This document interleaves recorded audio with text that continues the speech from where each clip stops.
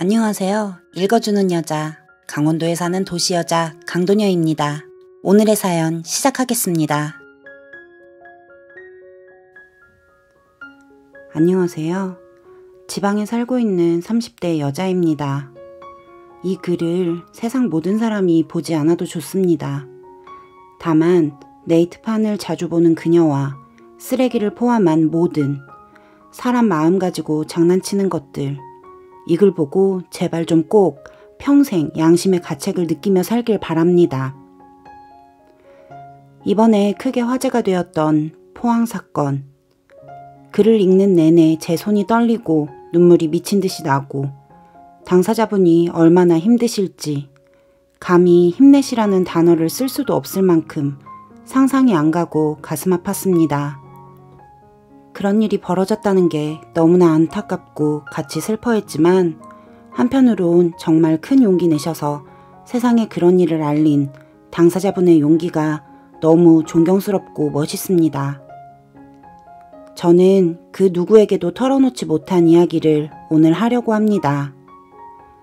2년간 혼자 마음속에 품어왔던 이야기, 부모님, 친구들에게도 할 수 없었던, 그래서 정신과 치료를 지속적으로 받아야만 했던 안쓰러운 절, 오늘 위로하기 위해 글을 씁니다.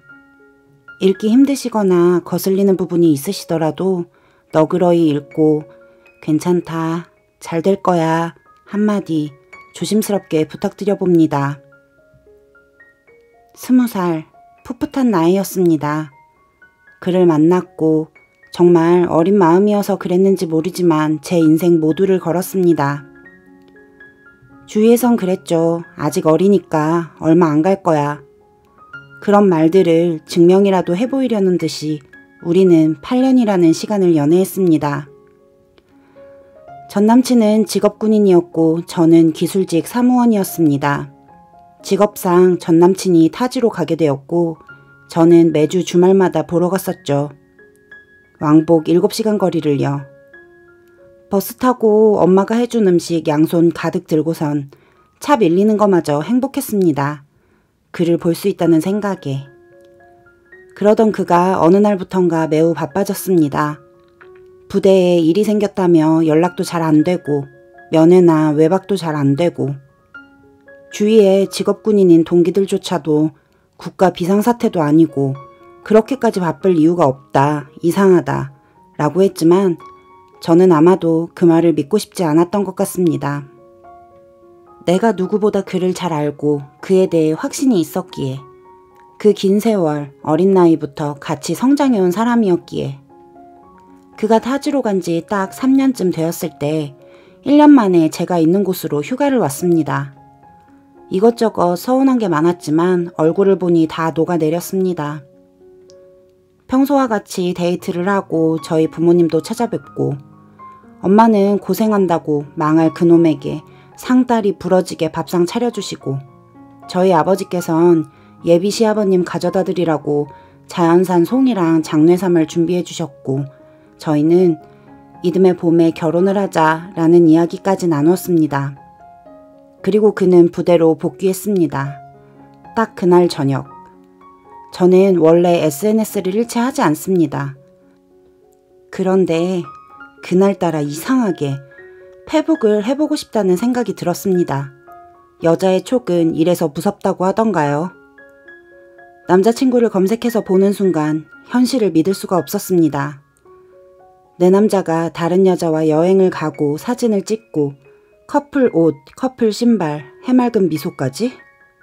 믿을 수가 없어서 바로 전화를 걸었습니다. 바보같이 마지막까지 그를 믿고 자기야, 페북에 뭐 이런 게 있던데 뭐야? 제가 물었습니다. 바로 전화를 끊더니 전화를 안 받더라고요. 그제야 꿈이 아니구나.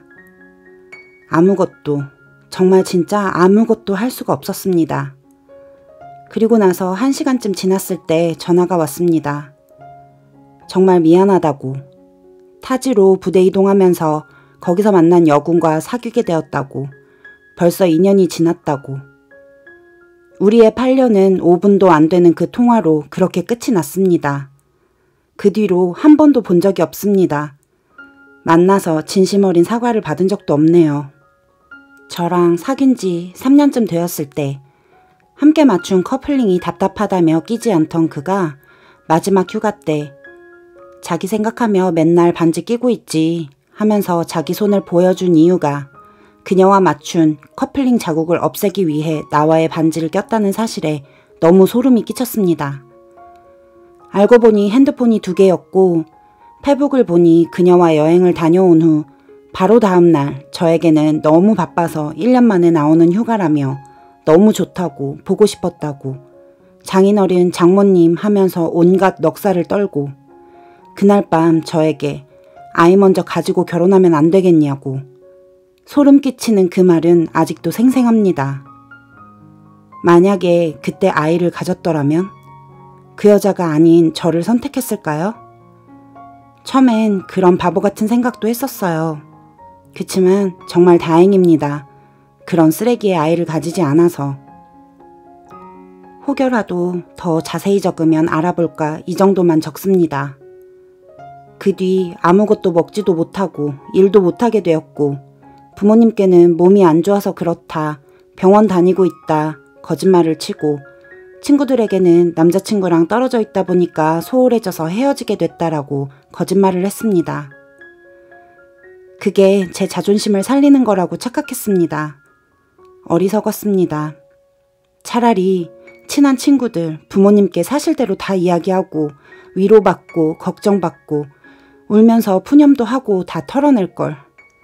무슨 자신감, 아니 쓸데없는 알량한 자존심으로 혼자 다 짊어지고 결국 가슴에 돌덩이가 앉아 정신과 약 없이는 잠들 수도 없었고 지금은 사회생활은 하고 있지만 아직도 정신과 약은 복용 중입니다. 무엇보다 부모님께 너무 죄송한 건 왜일까요? 참고로 전 남친 그 쓰레기님께서는 저랑 이별 후 6개월도 되지 않아 그녀와 결혼하였고 제대하고 현재는 아이까지 낳고 개인 사업하며 잘 살고 있다고 하네요. 심지어 당시 그 여자분은 저랑 오래 사귄 것도 다 알고 있었는데 상식적으로 이해가 잘 안 됐습니다. 저는 너무 화나고 억울한 게 있습니다. 통 크게 생각해서 그래요. 남녀가 사귀다가 바람 필 수 있다고 칩시다. 그렇다고 가정해봅시다. 그런데 우리는 그렇게 배웠잖아요. 세상의 이치는 그런 거라고. 남의 눈에 눈물 나면 내 눈에는 피눈물 난다던데. 한 번도 바람 안 핀 사람은 있지만 한 번만 피는 사람은 없다는데. 그런데 도대체 왜 그 둘은 어떻게 결혼해서 잘 살고 있는 걸까? 내가 문제였던 걸까? 우리가 운명이 아니었던 걸까? 그런 병신 같은 생각들. 왜 나는 그 쓰레기만도 못한 둘보다 못한 삶을 살고 있는가? 세상에 인과응보가 있는 걸까요? 제발 세상에 신이 있다면 죄 지은 자에게 벌을 주는 세상이 되길 바라봅니다. 긴 글 읽어주시느라 수고 많으셨습니다. 3시간 동안 이 글을 썼다 지웠다 했는데 얼마나 읽어주실지 모르겠지만 이 사건을 타인에게 처음 말해보는 거라 뒤죽박죽이네요. 그래도 펑펑 울면서 적고 누군가 읽어주셨다고 생각하니 속은 시원합니다.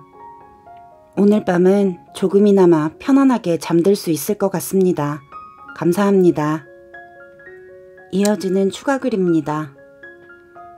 이렇게까지 많은 분들이 읽고 조언해주시고 위로해주시고 한참 또 눈물을 흘렸네요. 너무 감사하고 너무 고맙습니다. 오전 11시쯤 모르는 번호로 전화가 왔습니다.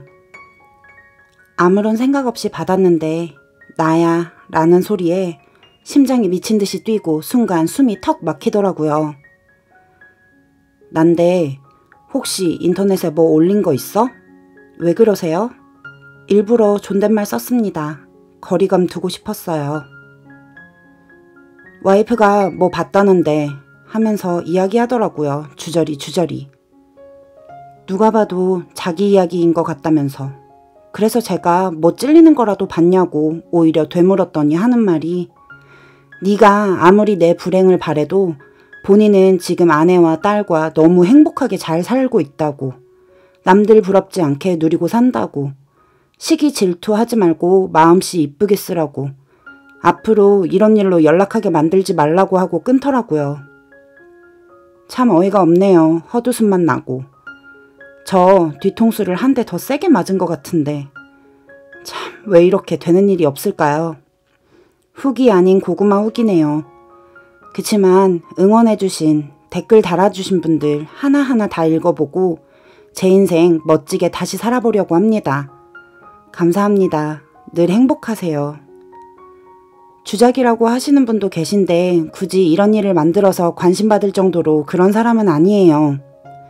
다만 신상을 흘리거나 하지 않는 건 제가 똑같은 사람이 되지 않기 위해서라고 혼자 다짐한 거고, 전남친과 그 여자가 둘 다 군대에 있을 때 그게 문제가 되는 줄 알았다면 바로 신고해서 망신 줬을 것 같은데 그게 너무 아쉽습니다. 지금은 둘 다 제대했으니까요. 댓글 하나도 안 빼고 다 읽어봤는데 지금이라도 전화해서 욕을 퍼붓고 싶은 마음이 생겼어요. 그치만 참아야겠죠. 미련 없는데 미련 있어 보일까봐요. 댓글 보고 용기 내서 친한 친구들 집으로 초대해서 글 보여주면서 가지고 있는 사진과 캡처, 당시 바람 증거들 다 보여주면서 한풀이 했습니다. 속 시원합니다. 글로 고백 아닌 고백을 한 후 저는 출근 전이나 퇴근 후 배드민턴 30분 이상씩 꼭 치고 약도 서서히 줄이고 있으니 이제 행복할 날만 남았습니다. 모두 감사합니다. 베풀입니다. 우리 외삼촌이 40여 년 전에 결혼날 받아둔 약혼자 놔두고 같은 학교 윤리교사랑 바람이 났어. 지방까지 들락날락하며 며느리 대우받던 참한 약혼녀는 졸지에 파혼녀가 되어버렸지. 그 시대의 파혼녀, 말 안 해도 알지? 게다가 초보수적인 경남 소도시에서. 우리 엄만 자기 오빠인데도 인간 같지 않다고 그 뒤로 대면대면하게 지내. 요즘도 가끔씩 그 약혼녀 언니가 잘 살고 있나 생각이 난대. 그 뒤로도 우리 외삼촌 잘 나갔다? 교육계에서 차관급인가? 그 바로 밑까지 올라갔고 외할아버지 유산 독차지하고 두 부부 교육연금 받고 떵떵거리고 잘 살았는데 자식 둘인데 딸은 게이한테 사기 결혼당하고 한 달 만에 처녀인 채로 반품되어서 스트레스로 완치 불가 뇌종양 걸렸고 아들은 나이 40인데 앞가림 못하고 히키코모리처럼 살아. 이제 더 어린 사촌들도 다 결혼하고 애 하나둘씩 낳고 행복하게 사는데 그 집은 웃을 일이 없어. 그런 지가 10년이야. 부모가 지은 죄가 자식한테 온 건지 착했던 내 사촌들만 불쌍할 뿐. 뒤늦게 제짝 만나서 행복하게 산다는 세상 상간남 상간녀들아. 인생 다 살아보기 전에는 모르는 거란다. 행복한 거 만천하에 자랑하고 싶어 근질근질하지? 피눈물 흘리는 날이 올 거다. 글쓴이님, 남일 같지 않아서 댓글 달아요. 부끄러운 제 과거지만 글쓴이님이 보시고 억울하다 생각하지 않으셨으면 좋겠어서 씁니다. 저도 20살 때 2년 사귀었던 선배에게 마지막에 상처를 크게 줬었어요. 당시에 큰 시험 준비하고 있던 사람이었는데 제가 바람을 폈고 그 사람은 멘탈 다 깨지고 그의 시험 떨어졌단 소리만 들었네요. 근데 그때 죄책감 같은 거 1도 없었어요. 그땐 새 남자에 미쳐 있어서 인과응보, 개나 줘버려 하고 7년을 사귀고 결혼 날 잡아두고 이번엔 그 남자가 바람이 나서 파혼했어요. 둘이 동거까지 했더라고요. 저는 벌 받았어요. 그때 내가 했던 행동 똑같이 수위는 몇 배로 깊게였거든요. 7년 행복해서 인과응보 같은 거 동화 속 얘기라 생각했는데 인과응보에 시차는 있어도 오차는 없고 늦게 올수록 잃을 게 많다는 뜻이란 말 뼈저리게 느꼈어요. 사람 인생 한 해 두 해 사는 거 아니잖아요. 언제가 되었든 반드시 뿌린 대로 거두게 되더라고요. 저는 제가 결혼하고 자식이 생기기 전에 내 자식이 내 벌 받기 전에 내가 몇 배로 고통스럽게 받았어도 그 벌 받아서 다행이라 생각해요. 인생은 부메랑이래요.